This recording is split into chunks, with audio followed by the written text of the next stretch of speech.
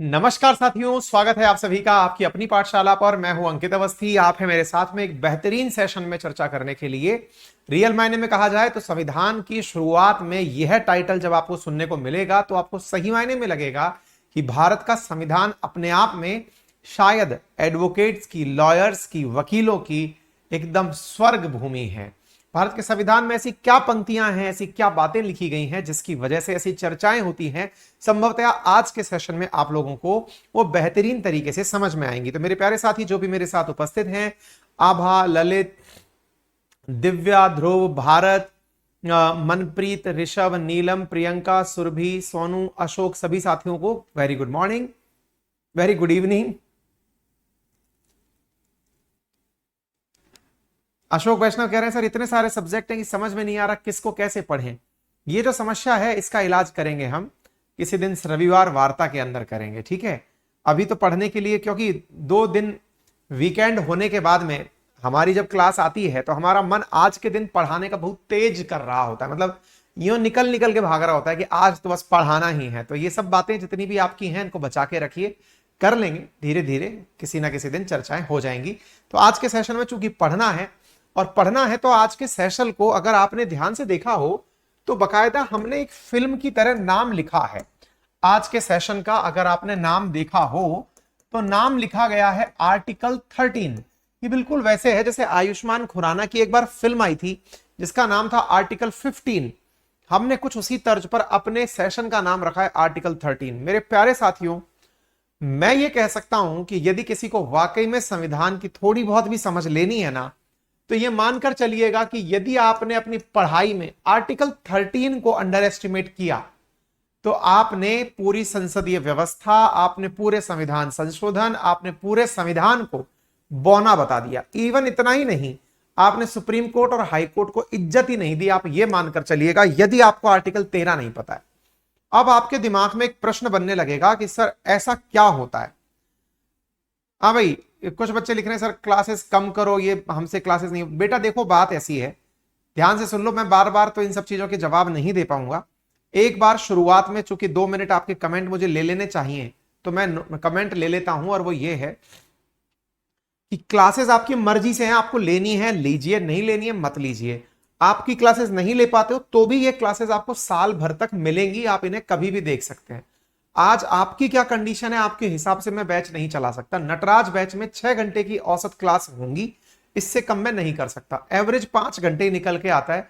किसी ना किसी दिन कोई ना कोई टीचर बीमार हो जाता है, किसी की क्लास नहीं हो पाती, तो 5 घंटे, 5-6 घंटे, इतना अगर नहीं पढ़ पा रहे हो ना तो आप तैयारी में मत आओ, आपके लिए सिविल सर्विसेज नहीं है ना। तो आप अगर ये नहीं कर सकते हो। दूसरी बात, नोट्स वाले साथी जान लें, भाई साहब हमने आपके नोट्स भेजे, नोट्स पहुंचने में हमारे द्वारा जो भी आपकी सारी चीजें हुई, लगभग 2/3 नोट्स डिलीवर भी हो चुके हैं अभी तक हमारे, है ना। अब जिनके नोट्स नहीं पहुंचे हैं उनमें से कुछ लोगों के साथ ट्रैकिंग आईडी रिलेटेड दिक्कत आ रही है। टेक्निकल टीम उनसे कॉल करके उनके एड्रेस को करेक्ट करवा रही है। कई तो ऐसे ऐसे नंदलाल हैं हमारी क्लास में जिन्होंने फोन नंबर गलत लिख दिया। यार कौन करता है ऐसा? नोट्स ले रहे हो, उस पर फोन नंबर गलत लिख रहे हो। आपको पता है आपका एक गलत फोन नंबर लिखने से हमें कितना घाटा होता है? वो कोरियर वापस चल के आता है। इतना बड़ा पैकेट जो आपके सामने घर गया है वो बिना फोन नंबर के एड्रेस पे तो पहुंच जाता है, लेकिन जब तक ओटीपी नहीं आता वो आपको डिलीवर नहीं करता है, तो वो आपका पैकेट वापस हमारे चल के आता है, तो आने का पूरा कुरियर चार्ज हमारे घुसता है।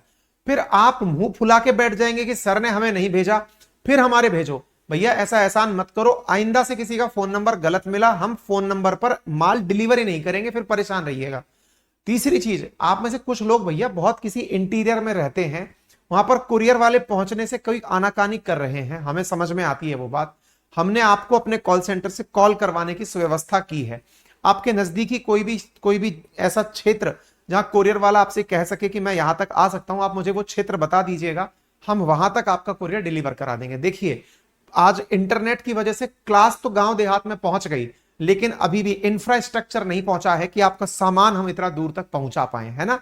फिर भी हम अपने लेवल पर खूब कोशिश कर रहे हैं। संभवतः जिनके पास कॉपियां पहुंची हैं वो इस बात को बता सकते हैं कि हाँ, हमारा प्रयास कितना पवित्र है और कितना ईमानदारी से किया गया प्रयास है। साथियों, जो हमने आपके लिए कंटेंट बनाया है ना, उस कंटेंट को अगर कोई भी बच्चा ये कह दे कि सर मैं इसकी जिरोक्स आपकी नोट्स की कीमत से कम पर करा सकता हूं, नंबर दूसरा कोई ये कह दे कि इतना अच्छा कंटेंट एक जगह में संकलित करा के दे सकता हूं, मैं पूरा पैसा रिफंड कर दूंगा, नंबर तीसरा अगर कोई ये कह दे कि सर इतना बड़ा बक्सा जो आपने हमें भेजा है ये कम से कम मैं बिहार के कॉर्नर तक मैं डिलीवर कर रहा हूं, अपनी जेब से डिलीवर कर रहा हूं, औसतन मुझे 700 रुपए में एक बॉक्स पड़ रहा है डिलीवर करने के नाम पर, ठीक है ना। तो मुझे आकर के यहां पर रौब मत गांठा करिए कि सर आपने हमारा, भैया मैंने भी आपके लिए बहुत मेहनत की है और मेरा एक नया पैसा आपके इस 4,000 रुपए की कीमत में या 4500 रुपए की कीमत में नहीं बचता। हाँ, वो 4500 वालों में 500 रुपए मैंने कुरियर के निकाल रखे हैं, नटराज वालों के लिए वो भी मैंने मेरे मुफ्त कर रखा है, ठीक है। तो अगर आपको कोई गलत फहमी है तो मैं आपको जबरदस्ती हाथ नहीं जोड़ रहा कि आप मेरा सामान खरीदें। आपको लगता है आपको लेना है लीजिए, नहीं तो आराम से रहिए। आप नहीं भी लेंगे तो भी मुझे कोई घाटा नहीं हो रहा, आप ले भी लेंगे तो मुझे कोई फायदा नहीं हो रहा, है ना। तो चुपचाप चिल मार कर पढ़िए। अब एंड में बात करेंगे, बीच में अगर किसी ने कमेंट में कोई भी बकवास करी तो मैं उसे ब्लॉक कर दूंगा, ठीक है। एंड में बात करिएगा, आ जाओ। अब चलते हैं साहब, आर्टिकल 13 क्या है। साथियों, आर्टिकल 13 शुरू करें इससे पहले मैंने आपको यह बताया कि भारत के मूल अधिकारों की विशेषताएं क्या हैं। भारत के मूल अधिकारों की जब मैंने आपको विशेषताएं बताई तब मैंने आपसे यह कहा कि भारत के मूल अधिकार वाद योग्य हैं, वाद योग्य हैं, यानी कि इन्हें चैलेंज किया जा सकता है। कहां चैलेंज किया जा सकता है? कोर्ट में चैलेंज किया जा सकता है। कौन सी कोर्ट में चैलेंज किया जा सकता है? सुप्रीम कोर्ट अथवा हाई कोर्ट में चैलेंज किया जा सकता है। यह बात मैंने आप लोगों को बताई थी, ठीक है। अच्छा, अब सवाल यह हुआ कि जब कोई चीज वाद योग्य है, चैलेंज की जा सकती है, आप में से कई लोग तो यह भी नहीं जानते होंगे सुप्रीम कोर्ट में वाद करने का तरीका क्या होता है। खैर, समय आपको जरूरत देगा तो सीख जाओगे, लेकिन फिलहाल के लिए यह समझ जाइए कि वाद योग्य होने का मतलब है कि आप सुप्रीम कोर्ट में जाकर उसे चैलेंज कर सकते हो, ठीक है सर। चैलेंज करने की बात तो आ गई सर समझ में, लेकिन मुझे यह समझ नहीं आ रही कि चैलेंज करना किसे है। हमने कहा चैलेंज करना है मूल अधिकारों पर कोई आंच आए तो। बड़ा सवाल है सर। विशेषताओं में आपने कह दिया कि ये वाद योग्य हैं, इन पर चैलेंज किया जा सकता है। सर, जो ऑलरेडी लिखे जा चुके हैं उन पर तो किसी को क्या ही दिक्कत होगी, क्योंकि वो तो ऑलरेडी लिखे जा चुके हैं ना सर। संविधान निर्माताओं ने, जिन्होंने सुप्रीम कोर्ट बनाई, जिन्होंने सुप्रीम कोर्ट के आर्टिकल लिखे, जिन्होंने संसद के आर्टिकल लिखे, वो तो ऑलरेडी लिख के जा चुके। तो इसमें मुसीबत क्या है? वाद योग्य होने का अर्थ क्या है? वो तो आर्टिकल भी लिखकर मर गए सब लोग। अब बताइए चैलेंज क्या है?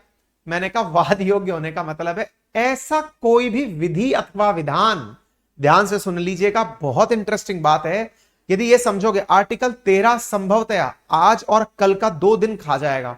कोशिश करूंगा कि मैं इसे आज खींच सकूं, नहीं खींच पाया तो पूरा 2 दिन चला जाएगा। इतना बड़ा आर्टिकल है ये।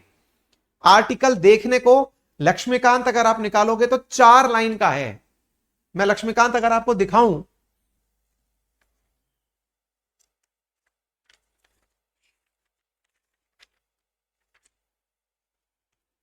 आपके सेशन में आने से पहले लक्ष्मीकांत में पढ़ रहा था तो यहां पर मैंने देखा ये रहा इतना सा आर्टिकल लक्ष्मीकांत में, यहां से लेकर यहां तक आपको विजिबल नहीं होगा ब्राइटनेस के कारण, आप अपनी देख लीजिएगा। यहां तो इन्होंने कुछ और कंटेंट दिया हुआ है और इसके अलावा 4 लाइनें यहां रही। कुल मिलाकर लक्ष्मीकांत ने एक कॉलम पे यहां पर और एक कॉलम पर यहां पर आपके लिए ये कंटेंट लिख कर दे दिया। मैं आपको जो कंटेंट आर्टिकल 13 पर दे रहा हूं ना, मैं ये नहीं कह रहा कि मैं लक्ष्मीकांत से ज्यादा पढ़ा रहा हूं आपको, लेकिन मेरे पास जो स्लाइड बनकर आई है ना, वो कम से कम 10 स्लाइड हैं आर्टिकल 13 पे जो मैं आपको पढ़ाने जा रहा हूं। इसी के वजह से मैं आपसे कह रहा हूं कि प्लीज इसे ध्यान से पढ़िएगा, बहुत इंपॉर्टेंट चीज है। क्या कहा मैंने कि ये वाद योग्य है, चैलेंज किया जा सकता है। सर ऑलरेडी आर्टिकल्स तो लिखे जा चुके हैं ऑलरेडी। हाँ भाई, सभी के कमेंट लास्ट में लूंगा। Lakshmi thank you so much, आपके पेरेंट्स को धन्यवाद बोलना। हाँ जी, तो अब सवाल क्या है, चैलेंज किस पर होगा? हमने कहा ऐसा कोई भी विधि, अब ध्यान से सुनिएगा, ऐसी कोई भी विधि। आप में से कई लोग कहेंगे सर ये विधि क्या होती है? मैंने कहा भाई ये विधि क्या होती है ना, इसको समझने के लिए सुप्रीम कोर्ट में 4 बार केस हुआ है। शंकरी प्रसाद केस हुआ, सज्जन प्रसाद केस हुआ, गोलकनाथ केस हुआ, केशवानंद भारती केस हुआ, मिनर्वा मिल तक पहुंचते पहुंचते क्लियर हुआ है। आपको एक लाइन में समझ में नहीं आ जाएगा कि ये विधि क्या है। अभी फिलहाल के लिए केवल इतना समझ लो, विधि या कोई लॉ। आपको डरा नहीं रहा हूं, लेकिन आपको सच्चाई का साक्षात्कार करा रहा हूं। क्या? ऐसी कोई भी विधि जो मूल अधिकारों के असंगत हो, ध्यान से सुनिएगा, बहुत इंपॉर्टेंट है, ऐसी कोई भी विधि जो मूल अधिकारों के असंगत हो, खत्म मानी जाएगी। अब सर ये इतना सा आर्टिकल है, इसको इतना माहौल बनाने की जरूरत क्या थी? मैंने कहा मत पूछो साहब, क्या जरूरत थी। जानकर आपको इतनी सारी बातें पता चलेंगी, आप कहोगे कि यार क्या क्या निकल के आ रहा है। बोले क्यों? केवल हमने ये कहा ऐसी कोई भी विधि अथवा लॉ जो कि फंडामेंटल राइट के अकॉर्डिंग ना हो, मतलब अकॉर्डिंग टू फंडामेंटल राइट ना हो, उसे नल एंड वॉइड कंसीडर किया जाएगा। अर्थात फंडामेंटल राइट को किसी भी प्रकार का नुकसान पहुंचाती हो, उसे कहा जाएगा आपकी कोई वैल्यू नहीं है, वो लॉ खत्म माना जाएगा। Sir sir sir sir sir sir मेरे कुछ बेसिक सवाल हैं। मैंने कहा पूछो क्या सवाल है। सर मेरा पहला बेसिक सवाल है कि लॉ बनाता कौन है? मैंने कहा बहुत बढ़िया। मैंने कहा आप नहीं जानते तो मैं बता देता हूं, वैसे आने वाले सेशंस में पढ़ाऊंगा लॉ बनाता कौन है। मैंने कहा बेटा लॉ बनाती है संसद और लॉ बनाती है विधानसभा। अच्छा सर, ये दोनों लोग मिलकर बनाते हैं सर? मैंने कहा बिल्कुल बनाते हैं। सर अभी हाल आपने एक लाइन बोली, मैंने कहा क्या बोली?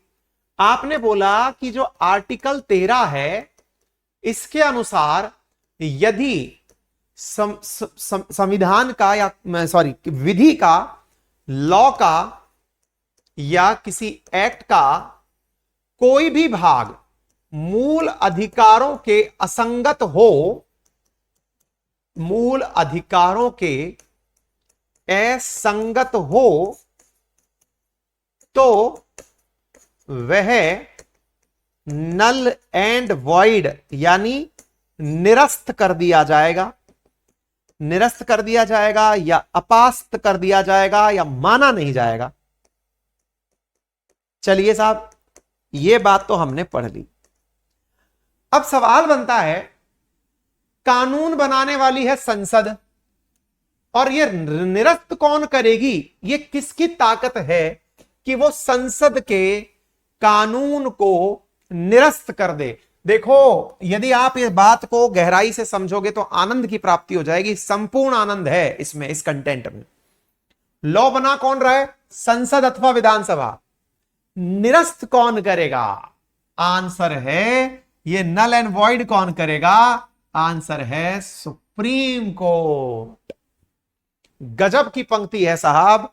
सुप्रीम कोर्ट देश का जो कि संविधान का संरक्षक बना हुआ बैठा है कि मैं कुछ भी ऐसा नहीं होने दूंगा जिससे कि मूल अधिकार खत्म हो जाएं।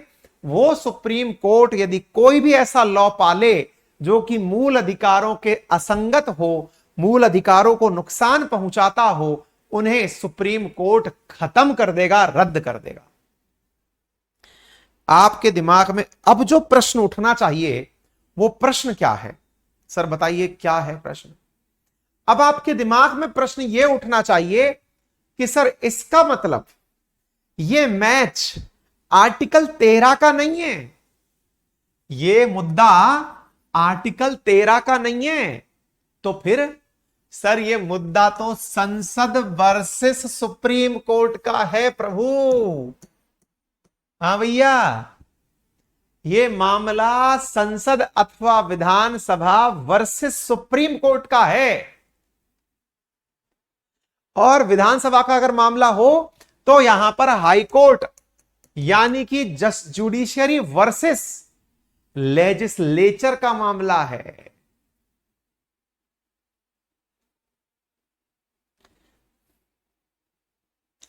मिथिलेश परसों तक मिल जाएंगे। क्या आपको मेरी बात समझ में आ रही है? पहले एक बार थम्स अप करिए कि यहां पर जो मैंने लिखा, क्या आपको बात समझ में आ रही है? S N Verma, sir please troll ना करिएगा, बहुत डेंजरस ट्रोल करते हैं। क्लासेस सब देख लेता हूँ, नोट्स रिवीजन सब कुछ सही है, बस एक बार आपसे लाइव मिलना चाहता हूँ लखनऊ में, मोस्ट वेलकम। बिल्कुल, मैं सोच भी रहा था लखनऊ और मुझे एक बार के लिए यूपी और बिहार दोनों की यात्रा पे आना है।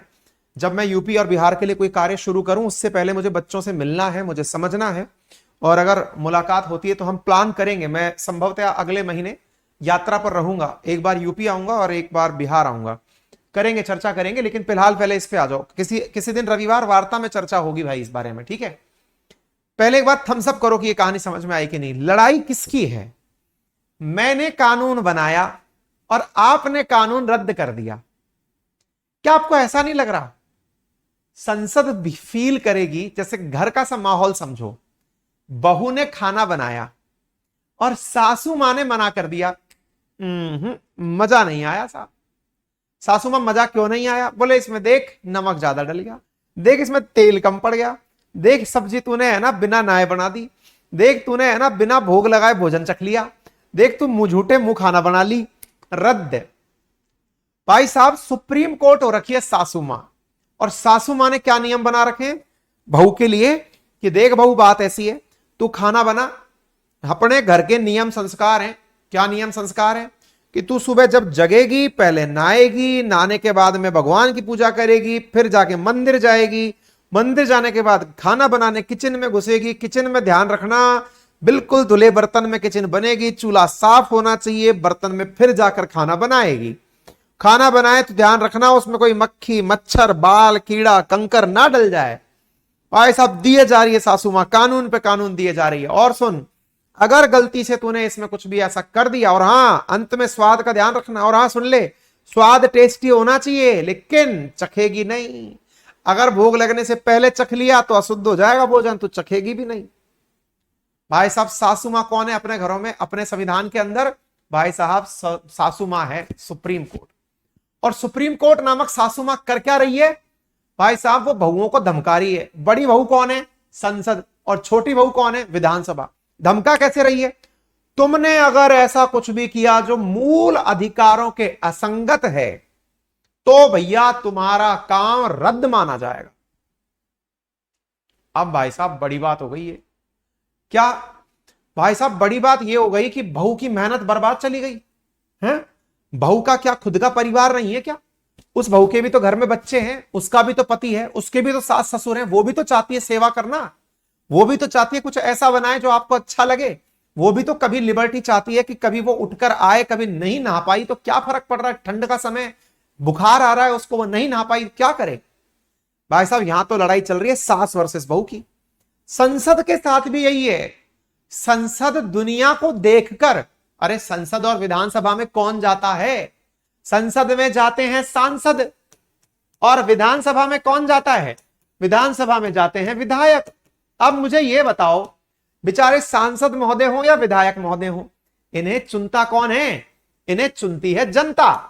अरे तो जनता की जो डिमांड है वो डिमांड पूरी कौन करना चाहती है? संसद। अरे जिसका बहुमत में सांसद, बहुमत में जिसके पास सीटें हैं वही तो कानून बना पाएगा।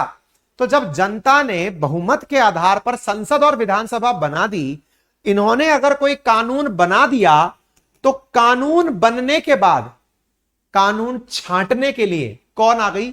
सुप्रीम कोर्ट आ गई। सर ये सुप्रीम कोर्ट आती कैसे है, मुझे थोड़ा सा ये बताइए।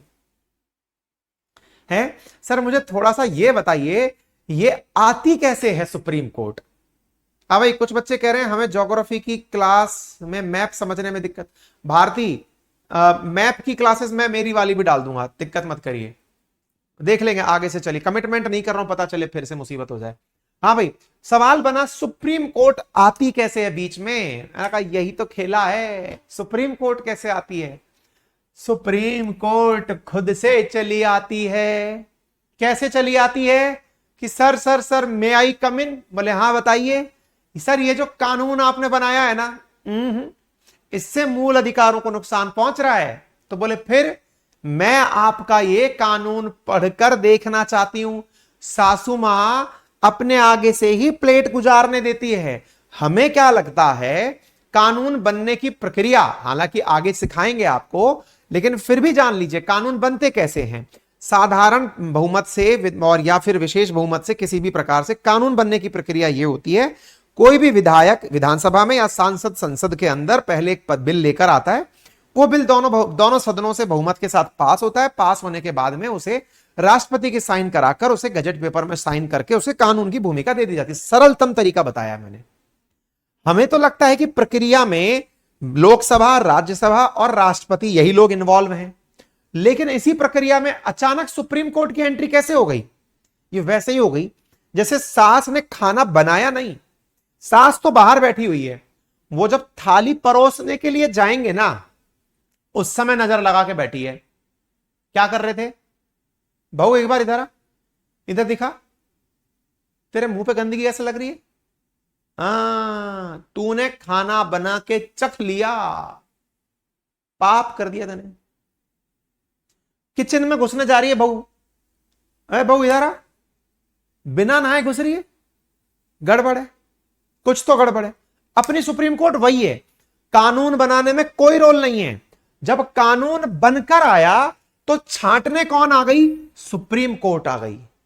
सर सुप्रीम कोर्ट को शक्ति किसने दी, तो मेरे प्यारे बच्चों आर्टिकल 13 ने दी।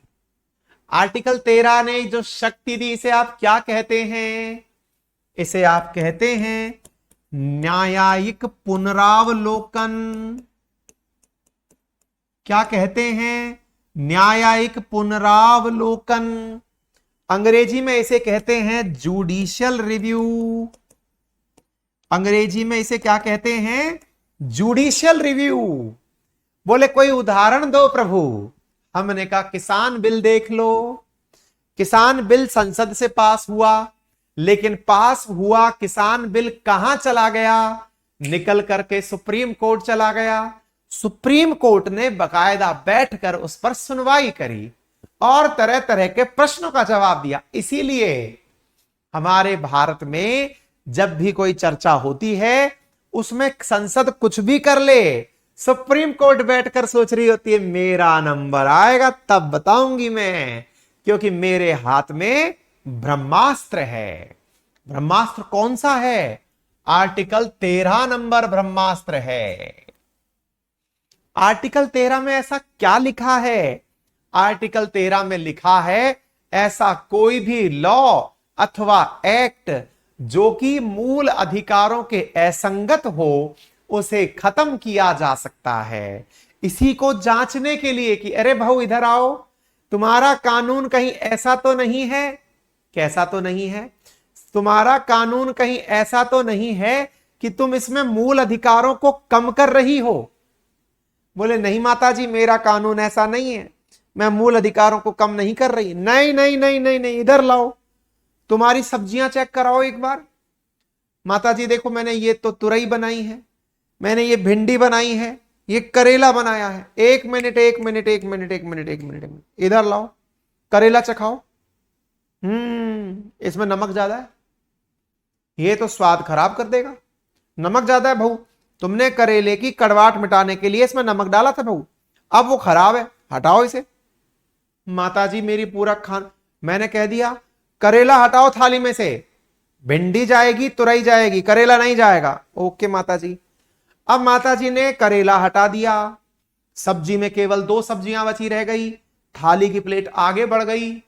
अर्थात सुप्रीम कोर्ट के पास में यह पावर है कि कई बार अगर उसे लगता है कि उसकी प्लेट में से सारी सब्जियां खराब नहीं है, केवल एक सब्जी खराब है, तो वो एक सब्जी को हटा सकती है। अर्थात अगर किसी एक्ट में अथवा कानून में कोई एक पंक्ति, एक लाइन भी ऐसी है जो मूल अधिकारों के असंगत है, बाकी सब कुछ सही लिखा हुआ है, तो सुप्रीम कोर्ट केवल उस लाइन को भी हटा सकती है, जिसे हम पृथक्करण का सिद्धांत अथवा डॉक्ट्राइन ऑफ सेपरेशन कहते हैं।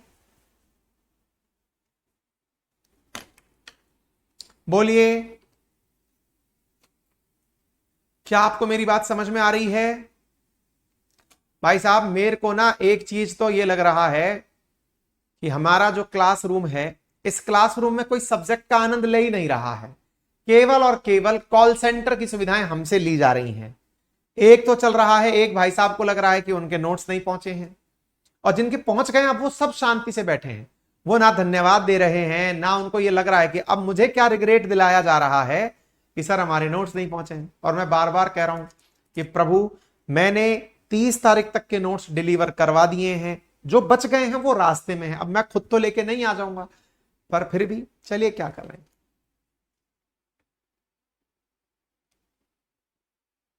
शुभम सर जी, आप तो पंडित जी बन गए।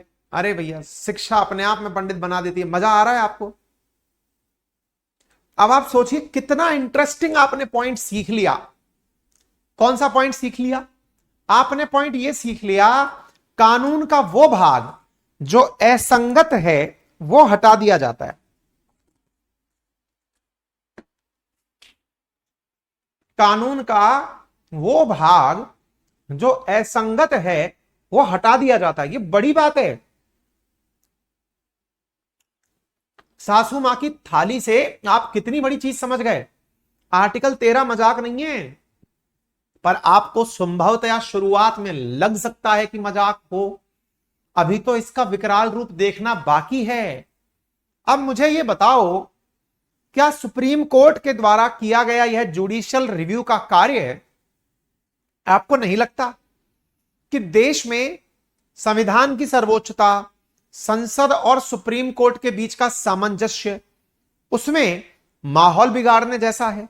मैं तो सीधा सा सवाल आपसे यह पूछता हूं, मुझे केवल इतना सा जवाब दे दीजिएगा।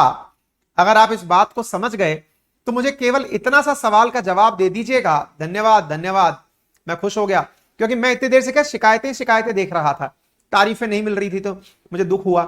लेकिन वो एक दो व्यक्ति थे जो धड़ाधड़ कमेंट करे जा रहे थे। हो गया, मेरा कोटा पूरा हो गया। आगे आओ। तो अब क्या हुआ? अब मेरा सवाल आपसे क्या है, क्योंकि यह सवाल बड़ा विचित्र है। आपको देखकर क्या यह एहसास नहीं हुआ कि संसद के ऊपर कोई बैठा है? संसद कुछ भी करे, यूं झांकने के लिए कोई बैठा है, उसका नाम सुप्रीम कोर्ट है। और मैं अगर आपसे यह पूछ लूं कि बताइए, सुप्रीम कोर्ट ज्यादा बड़ी बात है कि संसद बड़ी बात है, तो आपका जवाब क्या होगा? शुरू हो जाइए। बड़ा सवाल है। अगर आपसे यह सवाल पूछ लिया जाए कि संसद और सुप्रीम कोर्ट में कौन बड़ा है, आज के इस सेशन में इस बात को जानने के बाद, जहां पर सुप्रीम कोर्ट का पावर है नल एंड वॉइड करने का, जुडिशियल रिव्यू करने का, तो बड़ा कौन है? मुझे इसके बारे में जवाब दीजिए। बहुत ही प्यारा सवाल पूछा है मैंने आपसे। आपका ऑब्जर्वेशन क्या कहता है? संसद के अलावा बड़ा कौन है? मतलब संसद से बड़ी सुप्रीम कोर्ट या सुप्रीम कोर्ट से बड़ी संसद, क्या लगता है आपको?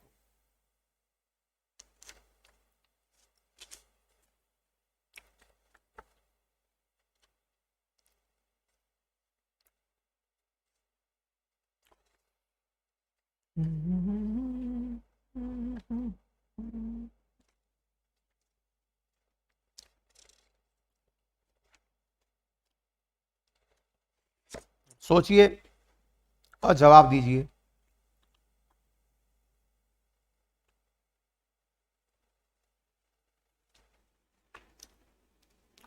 इस कहानी से कंक्लूजन यह निकलता है कि साहब, हमें लगता है कि न्यायिक पुनरावलोकन की शक्ति पहले ही वोट में सुप्रीम कोर्ट को संसद के ऊपर लाकर खड़ा कर देती है। भाई पहली बार में जो आपके बात समझ में आई यहां तक की बकवास से कि सर इन बातों को सुन के तो ये लग रहा है सुप्रीम कोर्ट संसद से ऊपर है।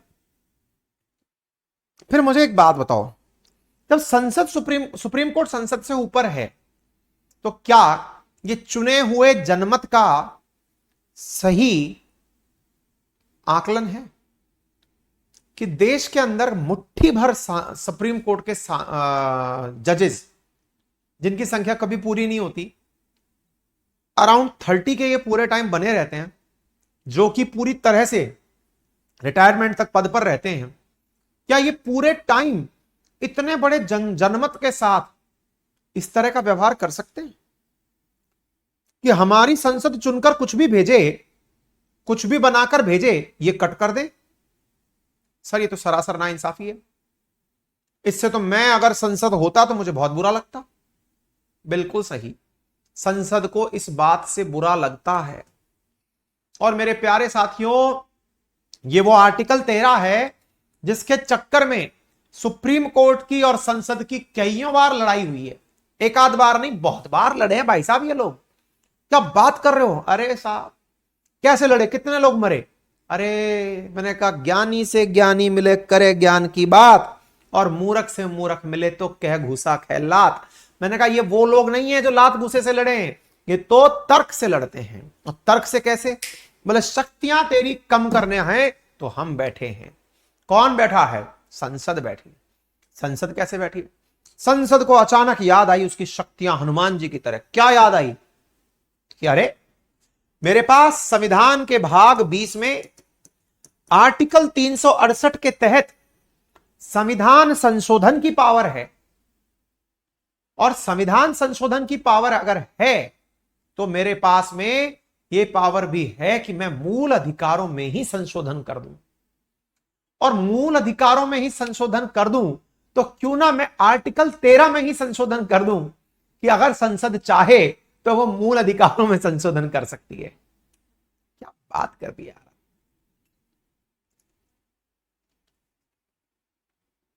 क्या मेरी बात समझ पा रहे हैं? क्या आपको मेरी बात समझ में आ रही है? क्या कहा मैंने? यदि मैं संसद हूं, मुझे संविधान संशोधन की ताकत है, तो ताकत है तो मैं क्यों ना ऐसा करूं कि यह आर्टिकल 13 है क्या? मूल अधिकार। संविधान को संशोधित करने के लिए, संविधान को संशोधित करने के लिए ताकत किसके पास है? ताकत है सुप्रीम कोर्ट के पास, सॉरी संसद के पास। कौन से आर्टिकल में? 368 में। तो संसद क्यों ना ऐसा करे कि वो मूल अधिकारों में ही संशोधन कर दे, तो ना रहेगा बांस ना बचेगी बांसुरी। और संशोधन ऐसा कर दे कि अगर संसद द्वारा कोई भी कानून बनाया जाए तो उस कानून पर सुप्रीम कोर्ट कुछ नहीं कर पाएगा। सोचो, जिस संसद के द्वारा बनाए गए संविधान की पालना में सुप्रीम कोर्ट संसद के ऊपर ही आकर बैठ गया, ऐसी स्थिति में संसद को कितना बुरा लगेगा कि सुप्रीम कोर्ट मेरे ऊपर नहीं टिकना चाहिए, इसलिए वो क्या कर सकता है? संविधान संशोधन का लाभ उठा सकता है। ठीक है, तो आज की कहानी में जो फेज 2 आएगा उसमें सुप्रीम कोर्ट को किस प्रकार से संसद ने नीचा दिखाया वो आएगा। क्या सर वाकई में ऐसा हुआ था? अरे पूछिए मत आप भाई साहब। 24th constitutional amendment 1971 Indira ji के टाइम पर हुआ, और यह तय कर दिया गया कि सुन ले सुप्रीम कोर्ट, संसद के मामले में आगे पीछे मत आना। संसद की हालत, संसद ने सुप्रीम कोर्ट की जो हालत कर दी उसके वजह से त्राहिमाम हुआ सुप्रीम कोर्ट। सर इसका मतलब आप नहीं चाहते कि सुप्रीम कोर्ट पावर में रहे? भैया मैं चाहता हूं शक्ति संतुलन में रहे, ना संसद के पास ज्यादा हो ना सुप्रीम कोर्ट के पास ज्यादा हो। यह ना हो कि कुछ लोग जनमत को उल्लू बना दें, और यह भी ना हो कि बहुमत अल्पसंख्यकों का मत खा जाए। इसका मतलब यह है कि संसद के ऊपर ध्यान रखने की शक्ति तो हो, लेकिन ओवरराइडिंग पावर ना हो। इस सब के ऊपर हम ही हैं। ये हल्का सा तार है, कहते हैं ना अति विश्वास और आत्मविश्वास में तनिक भर का अंतर है। एग्जैक्टली वही चीज है। तो इंदिरा गांधी जी ने 1971 में संविधान संशोधन 24वां करके तुरंत सुप्रीम कोर्ट को पटकनी देते हुए कहा कि सुन ले सुप्रीम कोर्ट, ये तेरे पास पावर नहीं है, और संविधान संशोधन हम करेंगे और तुम उसको छू भी नहीं पाओगे। तुम अपने एक्ट की परिभाषा में डाल नहीं सकते आर्टिकल 368 को। सुप्रीम कोर्ट त्राहिमाम त्राहिमाम हो गया। और फिर केशवानंद भारतीवाद 1973 आया, जिसमें सुप्रीम कोर्ट ने खुद स्वीकार किया कि माननीय, मैं आपके संविधान संशोधन को चैलेंज नहीं करूंगा, बस मेरा एक निवेदन स्वीकार कर लो। बोले बताओ, जो बेसिक स्ट्रक्चर है ना उसको मत छेड़ना। बोले हाँ, ये बात तेरी भी रख ली, बेसिक स्ट्रक्चर नहीं छेड़ेंगे, लेकिन तुम थोड़ी सिखाओगे कि हमको साथ देश कैसे चलाना है। जनता है, जनता ने बहुमत दिया है, बहुमत ने शासन दिया है, हम चलो संविधान चलाएंगे। Iron lady that was. खैर, इस पूरी कहानी को आगे चलेंगे, लेकिन आर्टिकल 13 से आपको थोड़ा परिचय करा दें। आपको अब ये तो समझ में आ गया होगा कि आर्टिकल 13 छोटी मोटी चीज नहीं है। ये छोटी मोटी चीज तो नहीं है।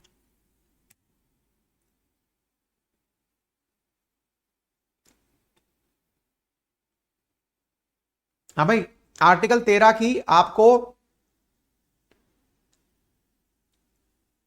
ये तो समझ में आ गई होगी ना कि ये छोटी मोटी चीज नहीं है। ठीक है,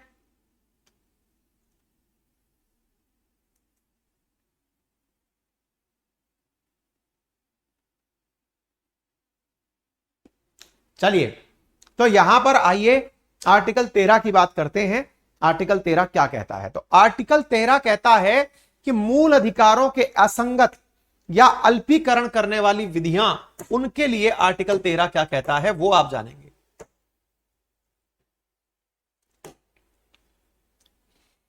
यह मूल अधिकारों का सुरक्षा कवच है।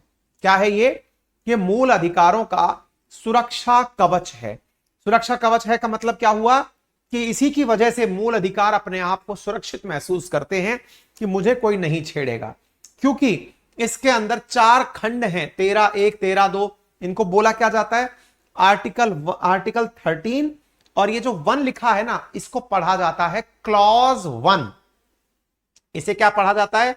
Article 13 clause 2, article 13 clause 3, article 13 clause 4। Clause को हिंदी में कहते हैं उपबंध। ठीक है ना? तो आर्टिकल 13 क्लॉज 1 क्या कहता है, क्लॉज 2 क्या कहता है, इसको पढ़ते हैं। क्लॉज 1 कहता है लॉज इनकंसिस्टेंट विद और derogatory to the fundamental rights. Article 13 किसके लिए बात करता है? यह बात करता है कि it declares that all laws in force immediately before the coming into force of the constitution shall be void in so far as they are inconsistent with the provision of part 3। Part 3 किसको कहा गया है?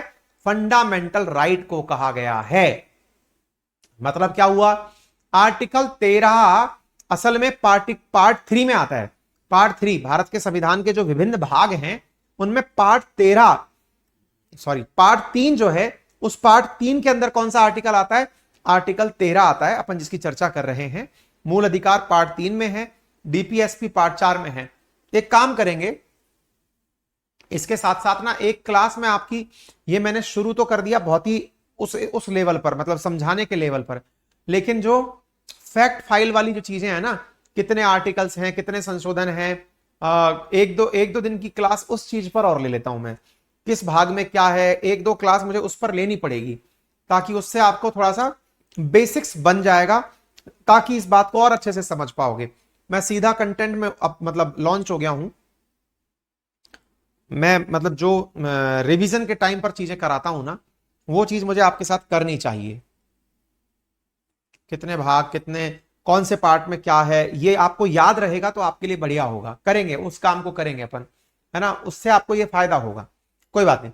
तो फिलहाल के लिए article 13 कहता है, आर्टिकल 13 का क्लॉज 1 क्या कहता है कि संविधान के लागू होने से ठीक पहले कि प्रचलित सभी विधियां उस मात्रा तक शून्य होंगी जिस तक वे भाग 3 के उपबंधों से असंगत हैं। अब यह हमें बिल्कुल समझ नहीं आया इसने क्या कहा, बताते हैं।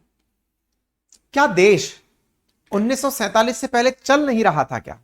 बिल्कुल चल रहा था। तो फिर जब देश पहले भी चल रहा था तो अब नए देश में हो क्या गया? मतलब अभी देश की आजादी के बाद में ऐसा क्या हो गया? ठीक है, तो अब आपको क्या समझना है, इस बात से आपको क्या समझना है कि देश पहले भी चल रहा था, तो अब अचानक क्या हो गया। मैं बताता हूं क्या हो गया।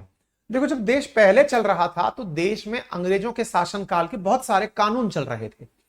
हमारे देश के अंदर 2/3 आज भी संविधान ऐसा है जो हमने एज इट इज अंग्रेजों के काल से कॉपी पेस्ट किया है। अब अंग्रेजों के काल से कॉपी पेस्ट किया हुआ कानून अगर हमने अपने संविधान में एज इट इज बना लिया, तो इससे अच्छे तो अंग्रेज ही थे। हमने अपना संविधान क्यों बनाया? आप कॉमन सेंस लगाइए, कितना बड़ा प्रश्न है ये। मैंने आपको अभी हाल क्या कहा, जरा ध्यान से सुनिएगा। मैंने अभी हाल आपसे कहा कि हमारे संविधान का 2/3 हिस्सा, 2/3 भाग हमने अंग्रेजों से कॉपी किया है। यही बात बोली ना, अंग्रेजों का कॉपी है हमने। इवन 1935 का जो एक्ट है ना, उसमें से उठा करके हमने डाला है। ठीक है, बोले ठीक है, कहना क्या चाहते हो? मैंने कहा मैं तो ये कहना चाहता हूं, जब 2/3 भाग हमने अंग्रेजों से कॉपी पेस्ट किया है, तो अंग्रेजों के काल में और हमारे काल में अंतर क्या हुआ? भाई, हमने 1947 में आजादी प्राप्त करी, 1950 में जाकर के हमने अपना संविधान बना लिया। 1950 के बाद क्या हुआ?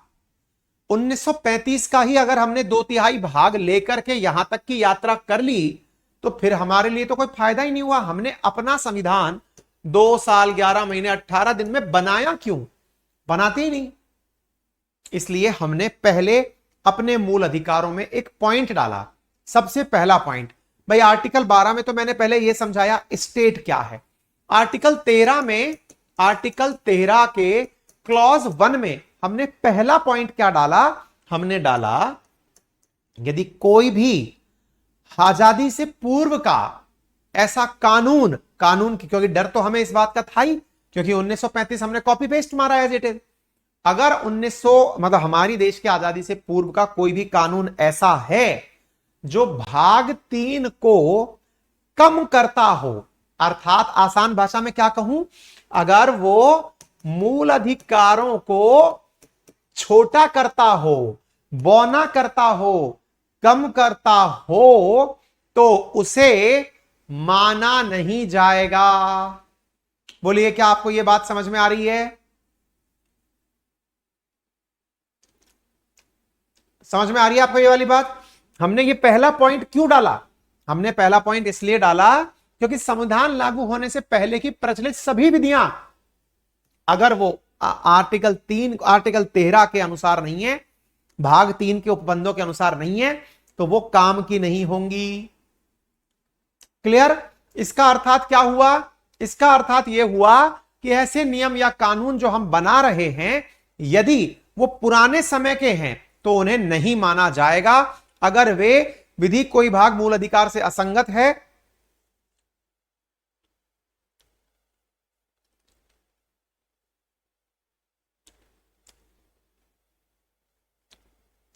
ठीक है, बोलो, पहला पॉइंट क्लियर हो गया? यहां तक समझ में आ गया? पहला पॉइंट हमने क्यों डाला? सेल्फ डिफेंस में डाला। पता चले अंग्रेजों का कोई कानून हमें ऐसा मिल जाता जिसमें हमें पता चल रहा है अरे यार ये तो मूल अधिकारों को खत्म कर रहा है। मान लो अंग्रेजों ने हमारे समय पर ऐसा एक्ट लगाया था, पिट्स इंडिया एक्ट वगैरह एक्ट आए थे, पता चले कोई ऐसा एक्ट भी उन्होंने उस समय बना रखा हो जो अखबारों की स्वतंत्रता को हनन करता हो, हम क्या करते फिर? तो हमने पहले ही अपना सेफ गार्ड डाल लिया। अब हमने आर्टिकल 13 का क्लॉज 2 क्या है? उपबंध नंबर 2।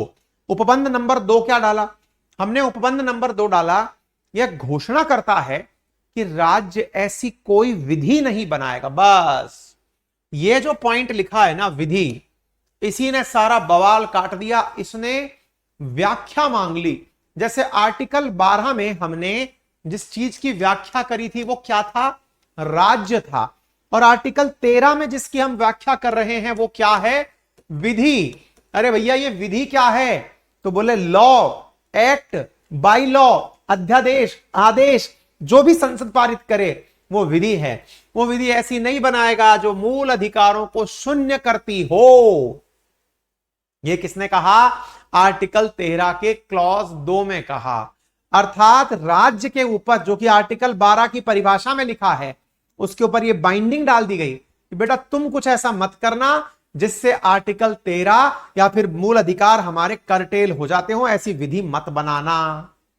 तो आर्टिकल 13(1) क्या कहता है? आर्टिकल 13 कहता है उससे पहले की सभी चीजें नल एंड वॉइड हो जाएंगी। बाद की क्या कहता है? अगर आपने असंगत चीजें बना दी तो हम न्यायिक पुनरावलोकन कर लेंगे, अर्थात हम उस चीज को दोबारा से चेक करेंगे। यहीं से क्या निकल के आता है?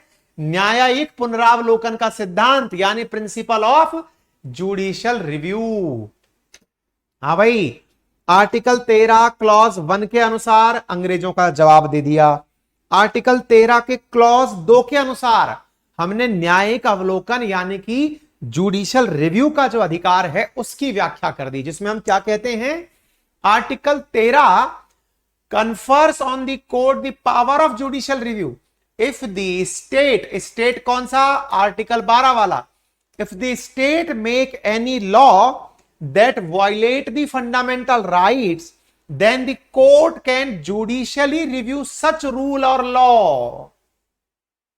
यदि ऐसा कुछ भी बना दिया जाता है जो फंडामेंटल राइट को वायलेट करता है, तो ऐसी स्थिति में उसका जुडिशियल रिव्यू किया जा सकता है।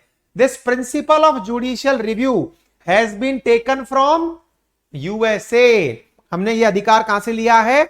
अमेरिका से। The power of judicial review is with the high court under article 226 और under supreme court under article 32। मेरे प्यारे साथियों, यह सवाल मल्टीपल टाइम पूछा गया है।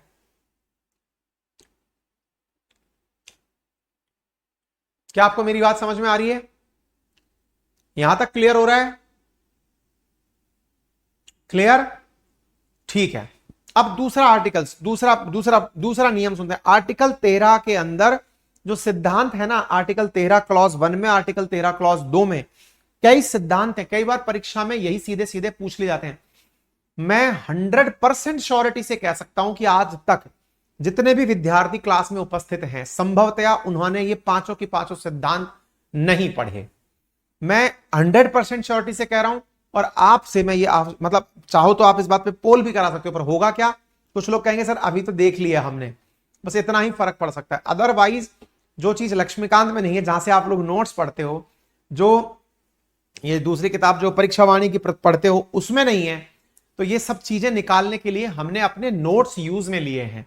जिन नोट्सों से हमने पढ़ाई की है, जिन नोट्सों को हमने पढ़ के तैयार किया, और सबसे इंटरेस्टिंग बात, ये सारा मटेरियल जो आपका जो बक्सा बना के भेजा है ना, मैंने नोट्स का पिटारा बना के भेजा है, उसमें एज इट इज लिखी हुई है। अगर किसी के पास नोट्स पहुंच गए हो, पन्ना पलट के देख लेना, ये सारी चीजें लाइन टू लाइन लिखी हैं। मैं ये आश्वस्त कर दूं, मेरी पूरी पॉलिटी में वही पढ़ाऊंगा जो मैंने आपको नोट्स देके भेजी है। एक भी चीज इसमें अपनी तरफ से एडिट नहीं है। ये मैं यहां पर क्यों लिख के लाता हूं? ताकि आपको ये बता सकूं कि आपके नोट्स में है, ये आप घर पढ़ सकते हैं। एक बार थम्स अप करिए अगर ये बात मिल रही है, तो आपको गर्व होना चाहिए। आप एग्जैक्टली ज्योग्राफी के जो नोट्स है ना, खोल के देखना, एक भी चीज ऐसी नहीं है जिससे बाहर क्वेश्चन चला जाए। गारंटी दे रहा हूं, ज्योग्राफी के अंदर भी एक भी क्वेश्चन बाहर चला जाए ज्योग्राफी के अंदर से। हिस्ट्री इतना बड़ा पहाड़ है, फिर भी हमने कोशिश की है कि हम उसको संकलित करके, क्योंकि हिस्ट्री में ये कोई गारंटी नहीं दे सकता कि एक बार में हिस्ट्री को संकलित किया जा सके, क्योंकि अथाह है हिस्ट्री। फिर भी हमने मेजॉरिटी को कवर करने की कोशिश, सिलेबस तो पूरा कवर किया है।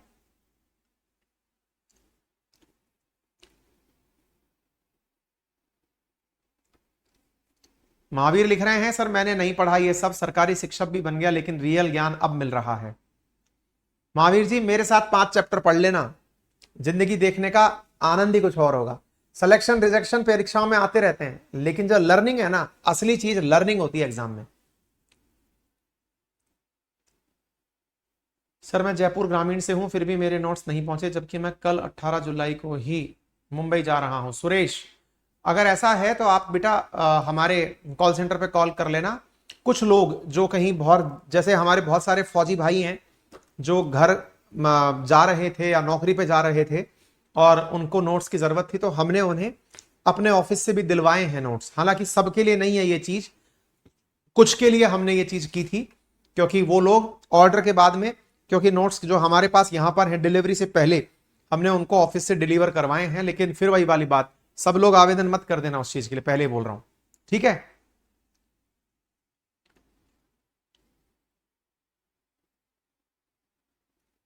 लिखे हुए नोट्स खोलकर देख लीजिए, एज इट इज चल रहा है ये।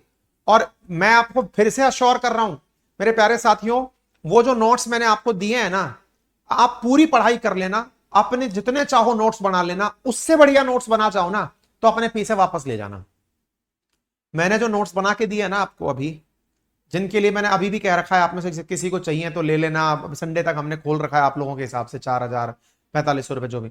मैंने क्या कहा, अगर एक भी बच्चा ये कह दे कि सर मैंने पूरी पढ़ाई कर ली, आरएएस की तैयारी कर ली, 1 साल कर ली, 2 साल कर ली, 3 साल कर ली, खूब तैयारी कर ली, उससे अच्छे नोट्स बना दे जाना, उससे अच्छे नोट्स जो मैंने दिए ना उससे अच्छे नोट्स बना देना, और पैसा ब्याज समेत ले जाना, जो आपके नोट्स की कीमत है उससे ऊपर ब्याज समेत पैसा ले जाना और अपने नोट्स दिखा देना, बस दिखा देना, देना भी मत मुझे, ठीक है।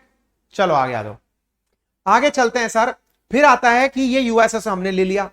दूसरा है भावी प्रवर्तन का सिद्धांत, मतलब भविष्य को लेकर के ये प्रभाव भूतलक्षी ना होकर भावी है। अच्छा, इसका मतलब क्या है? Perspective and not retrospective. इसका मतलब क्या होता है? देखो आर्टिकल 13 जो है वो ये कहता है कि यहां से आगे यानी देश आजाद हो गया, अब आजादी के बाद में कोई भी कानून ऐसा मत बनाना जो मूल अधिकार को करटेल करता हो या बदलता हो या उसको कम करता हो। तो बोले एक बात बताओ, आजादी से पहले हमारे साथ अंग्रेजों ने ये किया, तो बोले जो आजादी से पहले किया ना उस पर ये लागू नहीं होता। तो जो आजादी से पहले के शब्द है ना उनको हिंदी में कहा जाता है भूतलक्षी। भूतलक्षी को इंग्लिश में कहते हैं रेट्रोस्पेक्टिव, यानी कि ये पीछे से इंप्लीमेंट नहीं होता है कि हाँ भाई उस दिन से लागू कर दो इसको, नहीं, ये प्रभाव प्रोस्पेक्टिव है, यानी कि भविष्य को ध्यान में रख करके है, जिस दिन लागू हुआ उससे आगे को लेकर के है, ठीक है।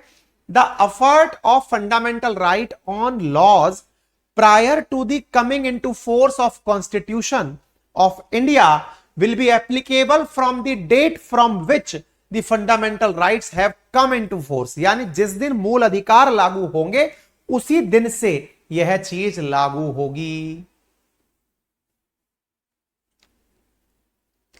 ठीक है। यहां तक की बात समझ में आ गई? यहां तक क्लियर हो गया? ठीक है। इसके बाद में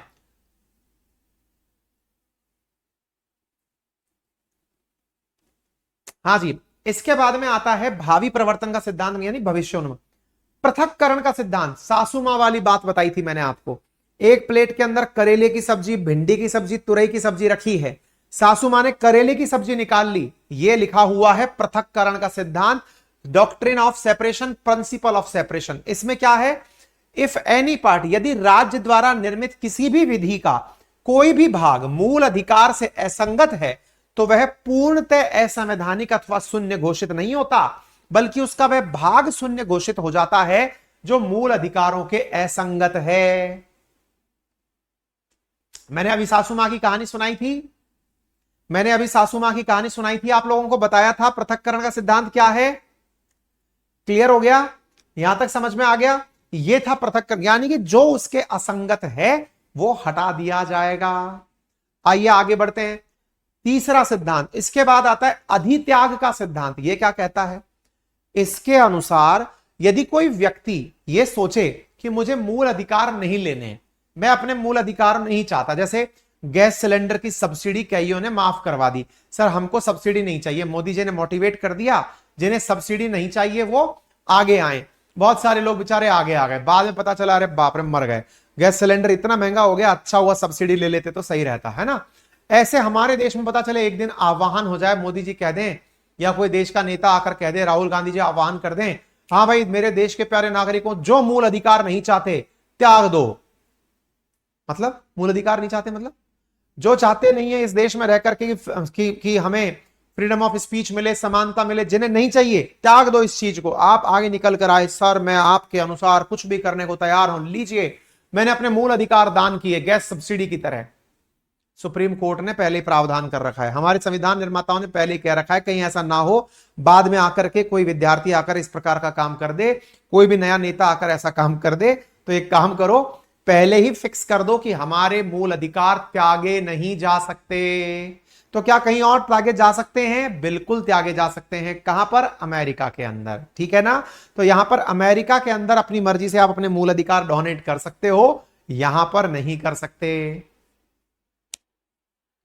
मैंने करेले की सब्जी, एक विद्यार्थी लिख रहा है कि आपने करेले की सब्जी वाला पॉइंट बताकर पृथक्करण को इतना आसान कर दिया।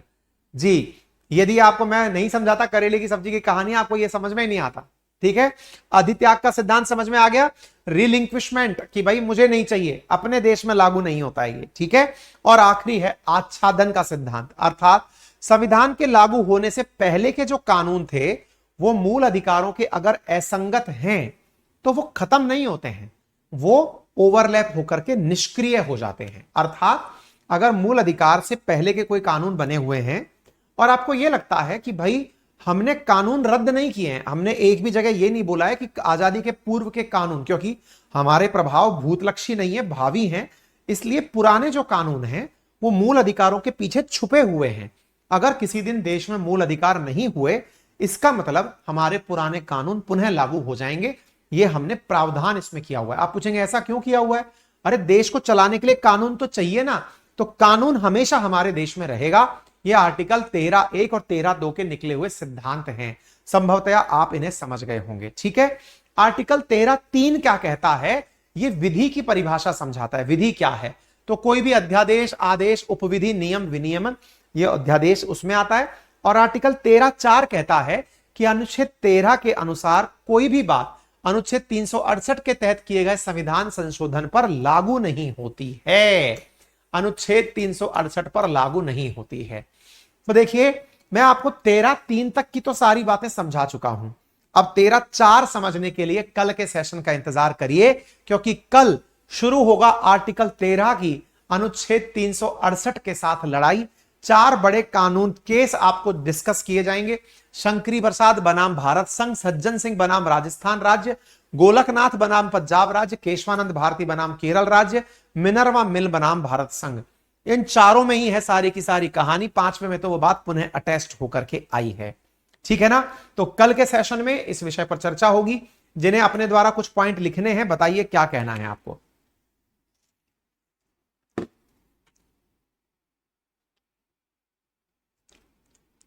हाँ जी भाई, कुछ लोगों का हाल यह है कि उनका कहना है कि वो नोट्स यहां से रिसीव कर सकते हैं।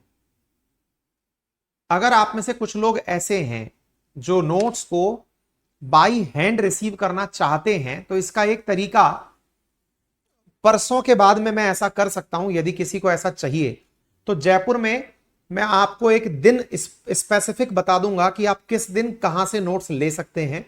मैं वो दिन बता दूंगा, आप वहां से आकर के अपना बंडल पिकअप करके ले जा सकते हैं। ऐसे जो भी लोग हैं जो संडे के दिन, एक काम करते हैं, कल की क्लास में ना मैं एक गूगल फॉर्म लगवाऊंगा ताकि मैं उस हिसाब से वो माल आपके लिए जयपुर में रखवा दूं। कईयों का ये कहना है कि वो अपने नोट्स रिसीव करने बाई हैंड खुद ही आ जाएंगे कोरियर पर। जिनको विश्वास नहीं है, इंतजार नहीं कर सकते, उनके लिए मैं बात कर रहा हूं।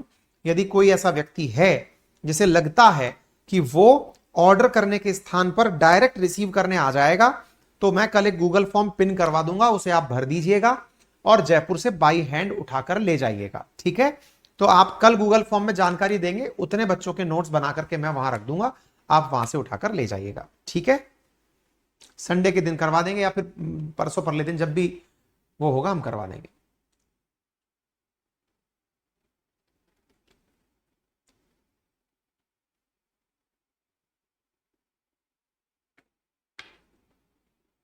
प्रकाश, कैसी लग रही है बेटा?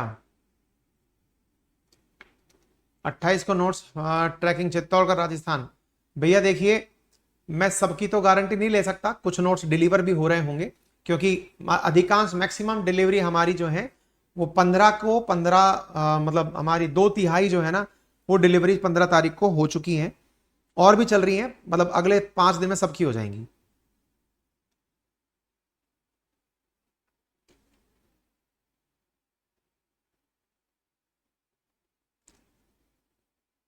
अर्थशास्त्र वाले सर डायमंड हैं, महावीर प्रसाद, बहुत बहुत धन्यवाद। अशोक श्रीवास्तव, अशोक वैष्णव, बेटा जो आपके पास एक साथ 2 आई हैं उन्हें आप बता सकते हैं, है ना? आप कॉल सेंटर पे बता दीजिएगा, आपको वो रिटर्न करनी होगी जो एक्स्ट्रा किताब है, आपकी जगह दूसरी किताब भेज दी जाएगी।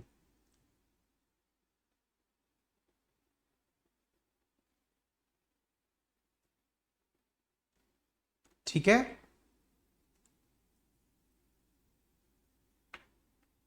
सुनील कुमार जालोर से हैं आप, आपको नोट्स मिल गए हैं, शानदार नोट्स हैं, सराहनीय, काबिले तारीफ। थैंक यू सो मच भाई, थैंक यू सो मच।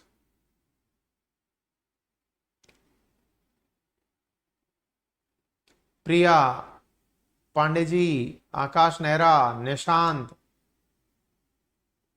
चलिए thank you so much, all the very best. अगर जिन्हें अर्जेंट चाहिए मैं उनके लिए निकलवा करके रखवा दूंगा कुछ एक के पेजेस, ठीक है, जिन्हें खुद से रिसीव करके ले जाना है उनके लिए। Okay, bye bye.